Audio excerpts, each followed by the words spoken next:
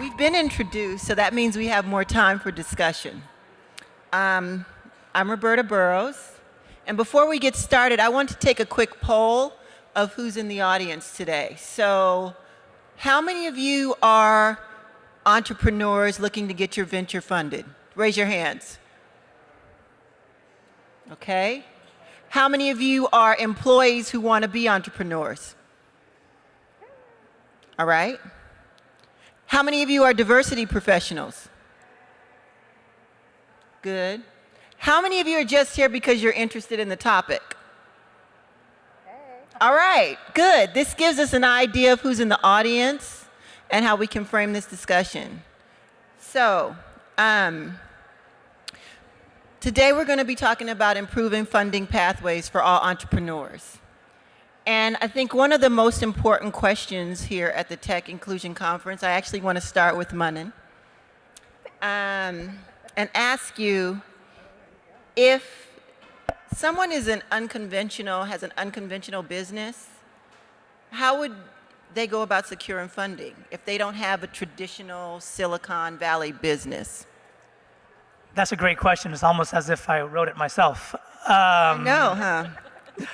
No, but real quick, so I run an early stage venture fund for immigrant founders, and I get this question a lot. As you guys may believe out there that, when you have a different perspective, you challenge status quo.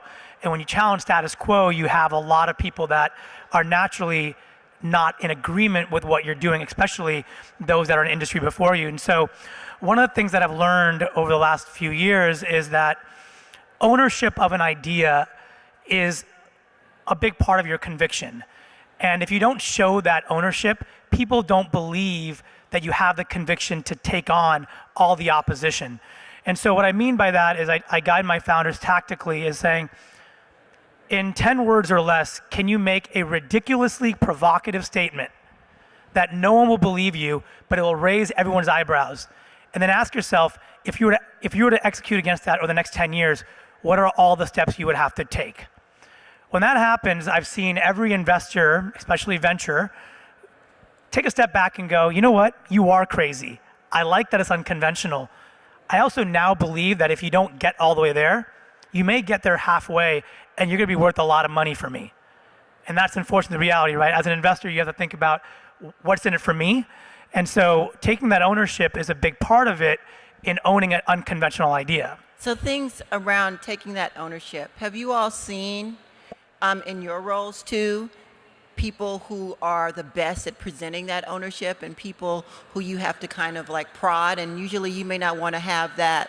That may not be what you want your responsibility, but you want people, as Manan said, to come to the table with that already. Lauren, can you speak a little bit about that?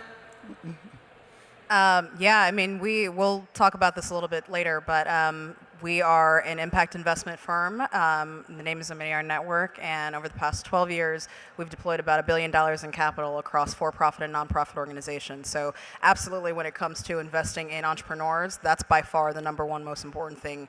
The gumption, I think someone had mentioned earlier today, we're looking for really strong entrepreneurs that have passionate visions, that have built a really strong company. I think maybe later in the panel we'll talk about a little bit the difference between kind of how impact investors think about this world and capital sources that you might want to tap into beyond traditional venture capital. But I think just absolutely would add on to what Manan has already said.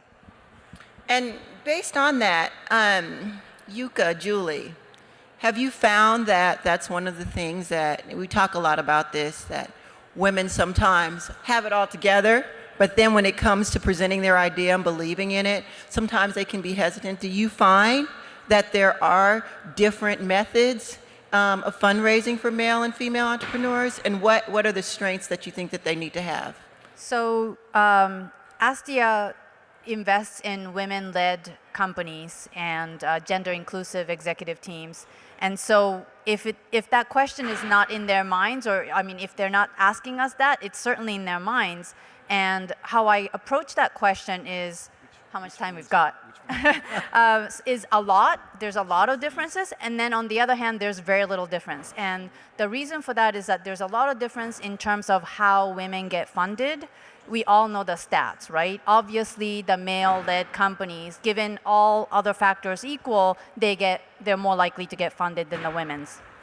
But there's very little difference in the passion level that the entrepreneur has, whether they're female or male, their competency, their intelligence, even the types of industries that they choose to start their business in. There's very little difference. So what I say to the entrepreneur is, do not let the audience, whoever that might be, the VCs mainly, do not let them categorize you into some one-dimensional identity. Like, let's embrace intersectional identity. We are not only women, but we may be significant others, we may be daughters, mothers, and in my case, an immigrant. And what helped me was to really dig deep into that identity that's different than what the VCs are projecting onto me. So as an immigrant, I know the work that needs to get put in. I know how to bootstrap. I know that the present system is not optimized for me, right? It's optimized for Americans born here, maybe of a slightly paler skin color. So I already know that and accept it, and that becomes my power, because I'm not gonna quit by being told no, right? So, and that's what the VCs are looking for, I think, is grit and tenacity. And that's an excellent point. I would love to hear Julie. And before we do, can we switch so I can see the clock? Switch seats? Yep. I know. See, this is going to be All a right. great part of the panel. Dancing? Yes. All right. Thank you. Sure thing. So as we all know, as you mentioned, as Yuka mentioned, only 4% of funding, VC capital, is going to women-led ventures, although I did hear yesterday that that number was 8% of angel capital, so that's a little better than 4. However, still very low. Where I'm working with SheEO, Radical Generosity, Vicki Saunders, who is the founder, says that women were not at the table when the world was designed 1.0. Let's create something where the women are part of it now at 2.0. So we're not leveling the playing field, we're going to create a new field. And what she wanted to do is capitalize on women's capital, their social power, and their economic power. And what the model is this is a new way of funding for women-led ventures, is we're inviting 1,000 women to contribute $1,000, which creates $1 million fund.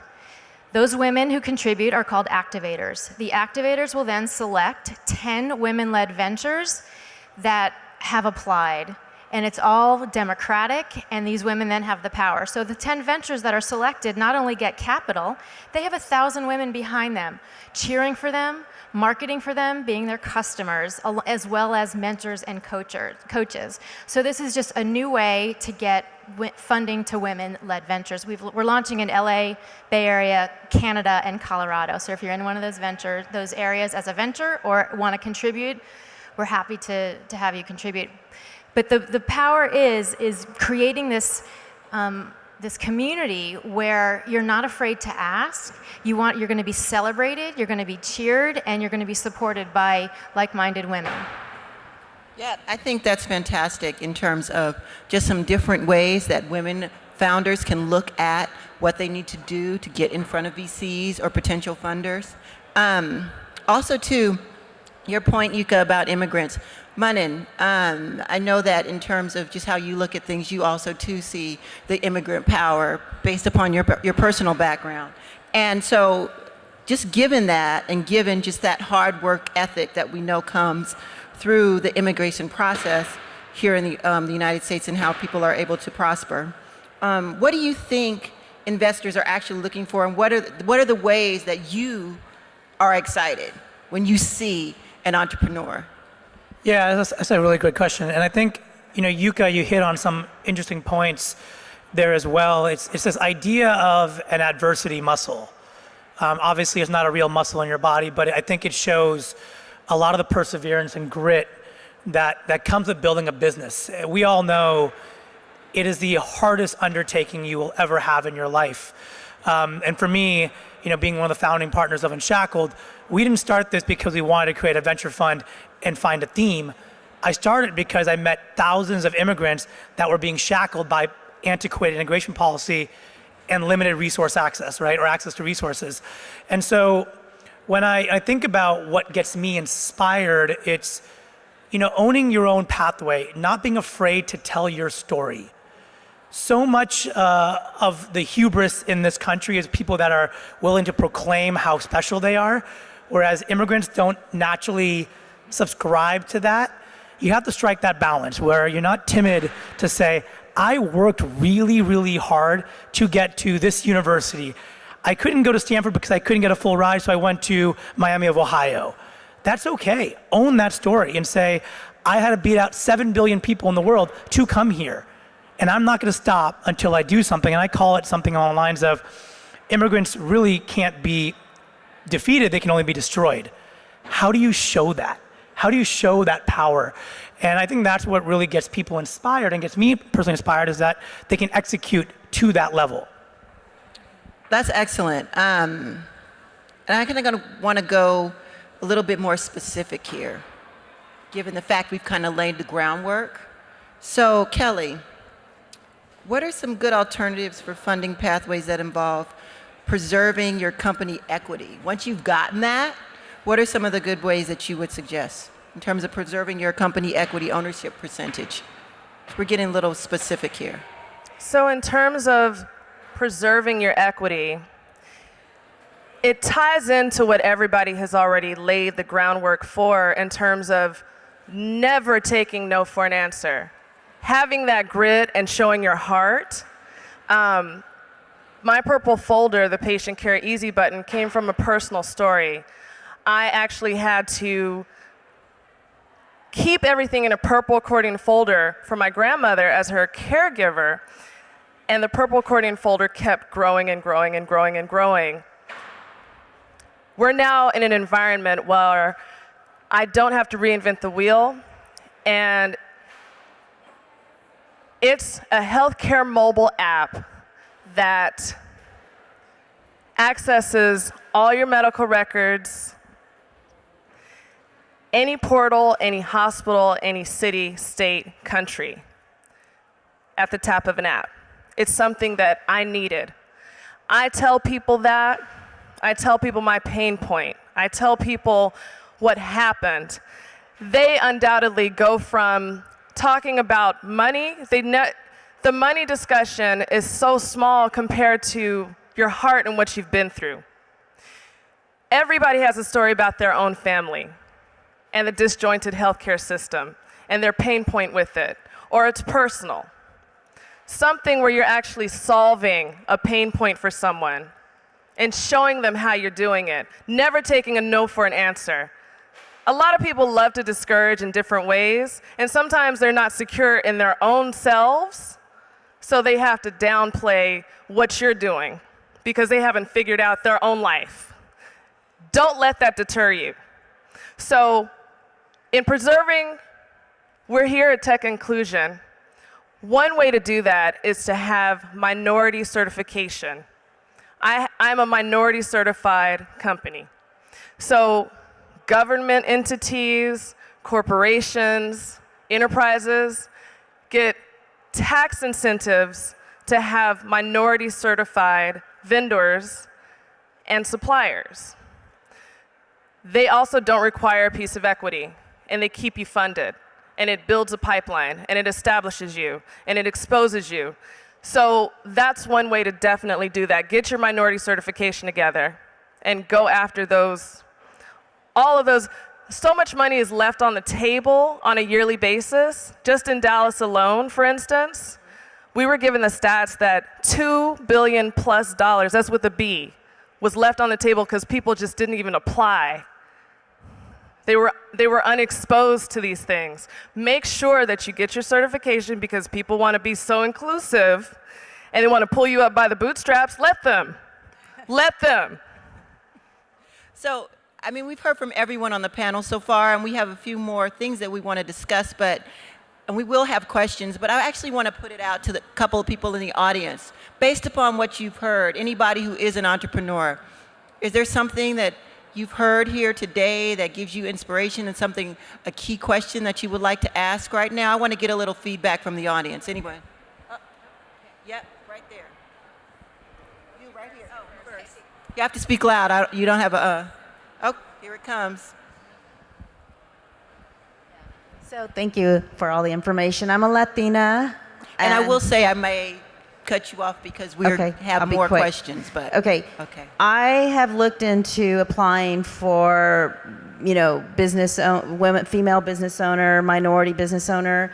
It is a frickin' maze the way they make it so hard. It's almost like they don't want you to get certified. The process is unreal. As a business owner, it's just like, who has time for that? So I just keep working. And so it's like, so tell me, how did you do it? And what's the best way to go about it? Actually, you know what? I'd like to take your question, and then can you answer both? Are you good with that? I will take as many questions as you'd like to throw me. Thank you. Thank you, Kelli. I think my question is actually on a different vector. So if you want to handle this one now, my question is going to be around impact investment, so I can save it if you Okay, like. we're getting to that one. So perfect. Thank you. So we are also an impact for-profit company. So often when people hear the grant pathway or, with VCs, impact just means that you are impacting a certain ecosystem as we are globally with healthcare, right? And with Omidyar. And so you have to, there's a simple process with that. It's a bit daunting. Something called the B Corporation, which is an agency that you can apply for, and they then check off your conscientious capitalism and what you do with resources with regard to recyclable energy. They go through everything in an audit with regard to how conscious you are, and then you get the B certification corporation, and you're then, from then on, known as an impact business corporation. So that's the short and skinny of it. It's a lot of paperwork, though. So getting with that, answering your question, you have to make sure that you have all your paperwork, your formation of your corporation. You have to be able to show taxes. You have to be able to have all of your bank statements for at least 3 years and beyond. You can put it all together through going through an agency. I went through the DFW MSDC, and that stands for Dallas-Fort Worth Minority Supplier Diversity Corporation. Whew, that's a mouthful. So basically, they go through all of this with you through a desk audit. They interview you with a panel. I was interviewed by AT&T, and I got 5 certifications at once. And then once you have that groundwork laid, you get federal, you get women's, it's the same paperwork, and you just get better at it. And since I had everything together, they also asked for, one of the most ridiculous things I thought, but there's a lot of fraud because of the tax incentives for corporations. They want to make sure. So they even required a birth certificate from one of my family parents to make sure that I am, in fact, African American. So I don't know why they didn't ask for both. I can prove it with both. But just making sure that you have a good mentoring agency to help guide you through the process. And I'd be more than happy to show you wherever you are, wherever you're located, what agencies, and the services are free. That's great. And I think Yuka wants to add to that. And then, too, I want to actually make sure that we kind of touch on impact investing versus traditional VCs. Okay? So every region has an agency that is responsible for 8A certifications and other minority certifications. Usually small business administration offices are good places to find where that is.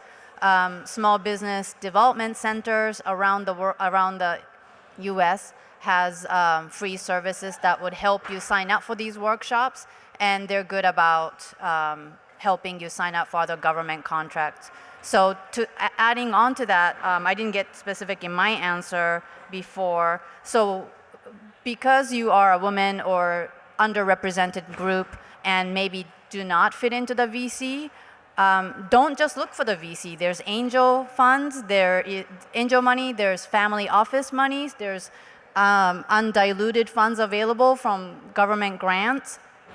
Yeah, apply to her.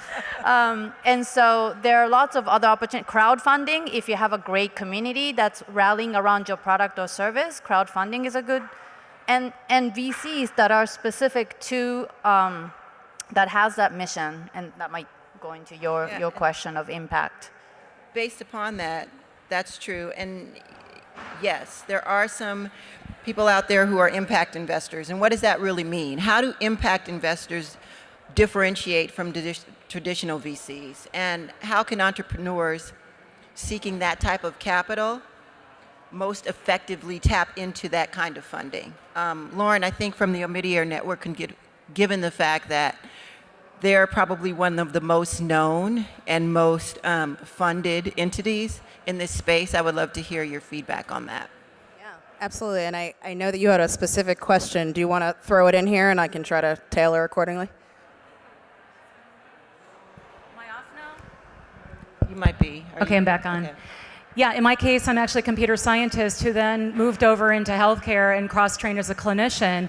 And so my dilemma, and I'm wondering if you can speak to people's needs in both of this place, is that one venture that I want to do is actually partnering with oncologists and developing clinical technology, both expert systems, health, artificial intelligence, because I'm credible to do that with both of my backgrounds. But then the other is actually creating product for the patients to fill gaps in the medical system that I don't think are going to be filled maybe in my lifetime. And that's where I want to help, and that's probably not going to be a profitable venture. So I'm wondering, how do you advise people who want to help people from the goodness of their heart, but also want to fix the system, but may not be able to do both?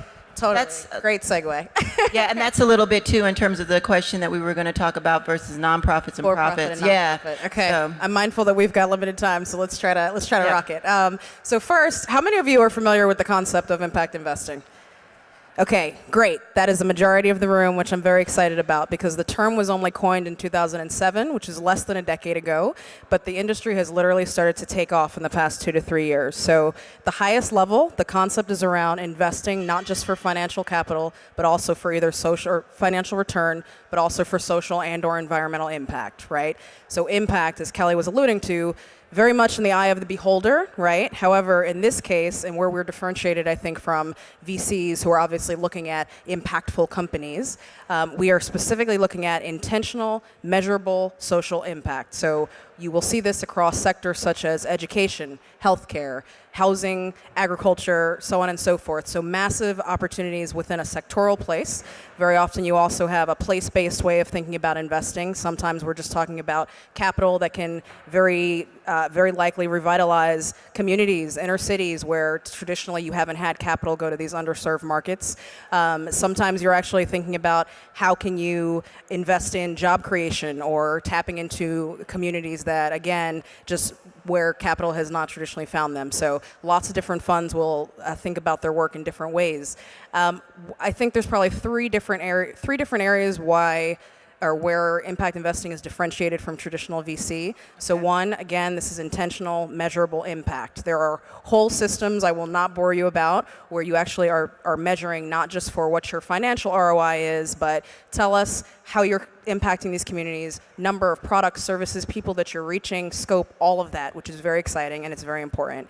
I think the second one is around, it's more than just the funding. So in Omidyar Network's case, we have a hybrid for-profit, nonprofit model so that we can invest across for-profit and nonprofit companies. But in addition to the check, we know that socially oriented businesses, agnostic of their structure, they require a different type of support. So very often you need more patient capital, you need human capital resources. We help our investees with things such as executive coaching and recruiting and governance. And it's a much more supportive way of helping companies stay aligned with their mission. I would just say, by way of tapping into this capital, what's really exciting is over the past 3 to 4 years, impact investing as an industry has started to take off, and it's really engaged some of the most powerful business leaders and platforms around the world. Mark Zuckerberg, Bill Gates, the World Economic Forum, the G7, they realize that philanthropic funding, government funding, these are areas that, frankly, global problems are insurmountable, and we need to figure out how to get private sector in more sustainable ways to fix these problems. So if I could tell you anything that you leave with this, or you leave from this session, the varying investor profiles of people that have capital, that are looking for businesses that have social bottom lines, family offices, foundations, angel networks, I mean, literally all specifically around impact investing. You can look at government funding. There are whole funds that different players in the public sector have started to put together that are looking for businesses like this. So I can talk about this for a very long time. No, I did want to give you a good amount of time to speak about it, just because it seemed to be something that multiple people wanted to hear. So, great. Thank you. In addition, just kind of looking at impact investing and thinking about the fact that we're here at the Tech Inclusion Conference, Kelli, how do you think we can optimize being a part of the tech inclusion demographic here? You know, we're talking about these social impact investing funds. We're talking about different types of entrepreneurs, women, immigrants. What do you think here we can do? So the call to action, may I see a show of hands of people that may have seen a football game before? Okay. There's this play called the quarterback sneak, where armchair football, may I see a show of hands? Who knows what the quarterback sneak is? So that's when they're doing the first down, if you will, and it's like instead of first in yards and, you know, to the first down, they have inches. So what you'll see the quarterback do, and I didn't realize this when I was little, you would think he'd go around or, you know, run around somewhere to the left, to the right, and you see all these big, muscular, tall, scary men, and he runs straight in the middle. I think that what you should do in order to get funding is to do your own version of the quarterback sneak. So if it's a foundation, go to the foundation's office, even without an appointment. Say hello. Introduce yourself. Make yourself identifiable. See them at an event. Engage with the person. Engage with the fund. Engage with them on social media. Write a cold email. Call them. Expose yourself to these different funding resources. Let them know that you're an impact investing play, what your space is. Keep the message. Keep repeat, then repeat some more. And eventually, people will start to get the message and come along, and the call to action is to get funded. I'm in the middle of a seed fund, fundraise now. It's because of pure tenacity, grit, and never giving up. This is a personal story, and I will not have it die. It needs to reach people. It needs to help people. And, there are going to be some low points, but you just need to run through the middle, even though it's scary at first. That's what you'll achieve your goal. You just have to progress your goal by sometimes just going straight to the source. So Manan, I see your face, and it looks like you're thinking there. Yeah. You have anything to add? Yeah, so it's really actually, I love that analogy for some. I mean, it actually resonates with me playing sports my whole life. You got to be able to take on the most daunting tasks in the world. And that fearlessness is kind of cliche. We all say it. We all hear about it. It is in part of the DNA. And I actually would add one thing to what she said is, don't be afraid to invest in your network, right? I'll give you a quick story, and I'll try to keep this under a minute. There's a person by the name of Brad Feld who has been advocating, he's out of Boulder, Colorado. He's been advocating for a startup visa for immigrant entrepreneurs for the last 7 years, him and Eric Reese and a few other folks. We knew when we started our fund, we had to get him. We had no connections to him. So what did we do? We spent about 6 months. We drafted a blog post response that we held back for 4 months, but we found 4 different people that keep on pinging him. Different pathways, right? Never giving up, with a different narrative, a different kind of key point that he should know, where when we finally sent this blog post, in response to his blog post, he replied back saying, sounds logical, heard it before, let's chat. It blew our minds, right? Brad Feld was kind of a big deal for us, right? For some of people out there, maybe like a Bill Gates to you in an industry, or a Julie Hanna or somebody else, or Steve Case, right? So it's those little moments that when you invest in your network, it's that never die attitude, saying, I'm going to get that person. And sometimes walking into their office does not work because it's uncomfortable for some people, but knowing how to get into their inbox, into their voicemail, or into their blog posts actually works. And so I highly recommend doing that. So I know we're coming close to, are we good? We're good? Great. So I would love to hear what, Julie, you have to say about that, and also too, Yuka. I want to go down because I think this is a really good topic for us to continue to expand upon. You can use my mic, and I'll take this one. Thank you. So in addition to Kelli and what Manan was saying, is go and be aggressive, or be tenacious rather, and use your network, which I love to do. I love going around and connecting my dots. But there's also that serendipity that happens. And like being here, I first want to thank everyone that has been here. It's been so comfortable and so easy to talk to people, to share your story. Take that feeling and go wherever you go. So my story is about this woman who was a security guard and EMT at TechCrunch Disrupt. And she approached one of the startups that I've been working with and said, I have this idea. My son is blind, or nearly blind. He's got this idea for an app. Told her story. The CEO of this startup was excited, invited her in to post her idea. And so through that network, then she serendipitously met an investor that says, I want to give you $100,000 to build this, just by telling her story. So talk to people at events, everyone. EMT, security guards, and it's been this amazing ride she's such a wonderful human. She's got 2 adopted children, so not only are they disabled, but they're of color. She's a white single mother, and her story has just resonated, and here she goes building this app that her son is the product manager for. So it's those kind of serendipitous conversations also. That's an excellent story. Excellent. Yuka. Thank you. To add on to what everybody else has said so far, I would say tell your story and then listen, because they're going to tell you things that you didn't think about. So listen. It could be a criticism. That's okay. You can take it or leave it. And if it is a VC or somebody like that of authority who's in the position to give you money, make sure that if you don't get funded by that particular organization, know that you are not broken. It's the filter of the investor that's broken. So remember that and not let yourself be victimized by the system that is not a meritocracy.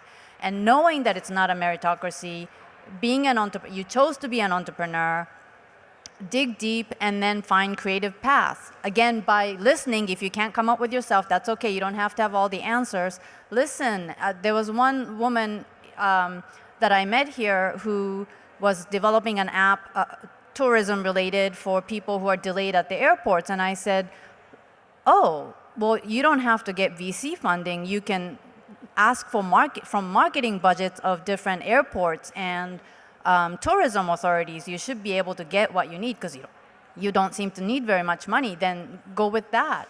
And she was listening after she told the story. And had she not listened, I wouldn't have spent the time to go through that. So I think, and I was touched by her authenticity. So I would say, I think relationship is people, is what we're talking about. So when you do go tell your story, make sure that you network beyond your race and gender, number one, and then network as your authentic self, number two. and maybe not even in that order, right? So. Okay. And Lauren, I see your mind thinking. Yeah, over there. well, my mind is thinking because I'm really, you can't underestimate the role of the story and the network and the relationships, as all of the panelists have alluded to. I think maybe the baseline assumption here is you still have to crush it and be an entrepreneur that has something that is a unique solution to a massive problem where there's a demonstrated market need. So regardless of if you're for-profit or nonprofit, structure agnostic, right? You still need to be thinking about, okay, here is the problem that I'm trying to solve. Here is the effective solution that I've figured out. It's uniquely differentiated. Here is what the potential market is. This is why it's scalable. This is my business plan. These are the unit economics. Like, that stuff doesn't go out the window. So I would just make sure that, you know, a lot of the things we're talking about, and when you're actually at a position where you want to engage a funder, you want to reach out for growth capital that's going to help your business scale, the fundamentals should be in place. And so there's been so many conversations about that this weekend that we don't have to belabor the point.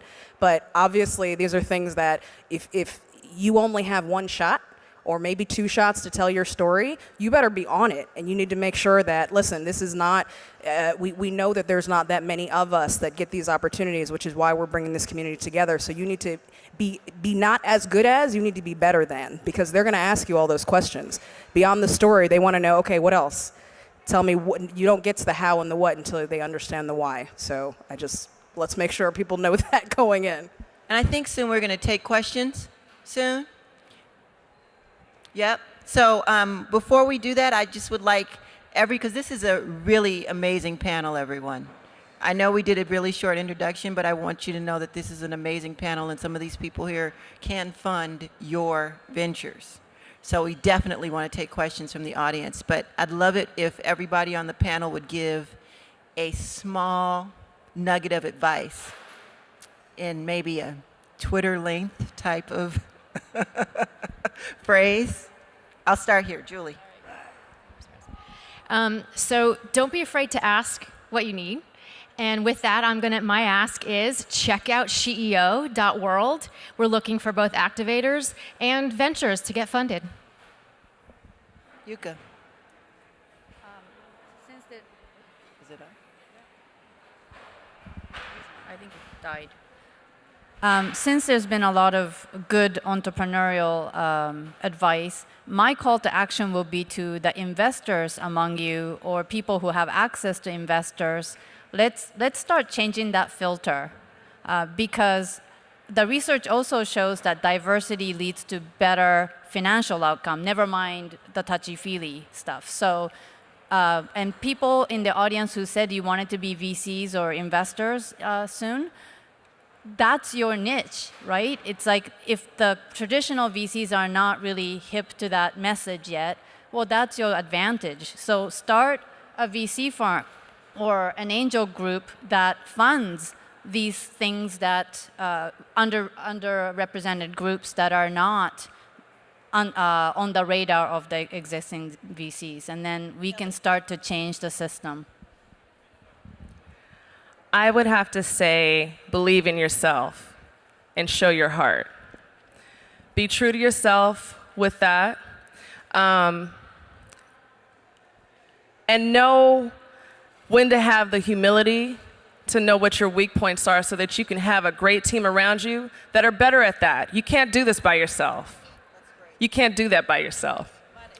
And in the spirit of that, we actually say this all the time, which is the right resources at the right stage is the difference between success and failure. So really invest in your network and know who's right for you when. And as Lauren described, certain people are going to require certain table stakes to be well known. So don't go to Omidyar networks unless you have a certain level of progress made, but know who's before them to make sure that you get the right resources. I don't know how I can follow my amazing co-panelists. Be bold. We have one life. You're going to leave a legacy. We're not all going to be here. So whatever it is that you're doing, do it with everything that you have. And to the extent that you can channel all of the skills, all of the talents, all the resources, all your ingenuity towards something that can genuinely be impactful, know that there is an emerging group of investors that are here for you. So let's take a couple of questions.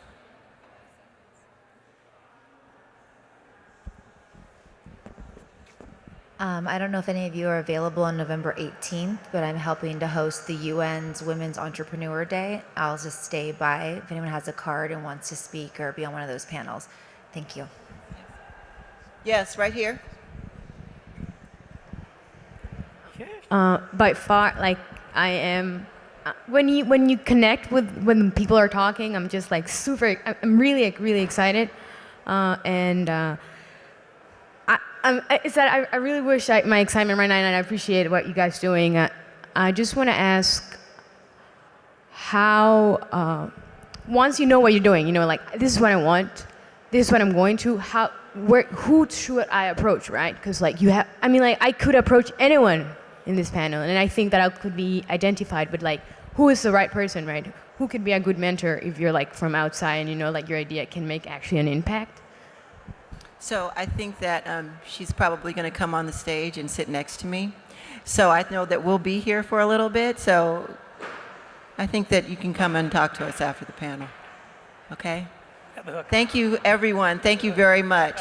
Appreciate the time. Wow. Thank you so much.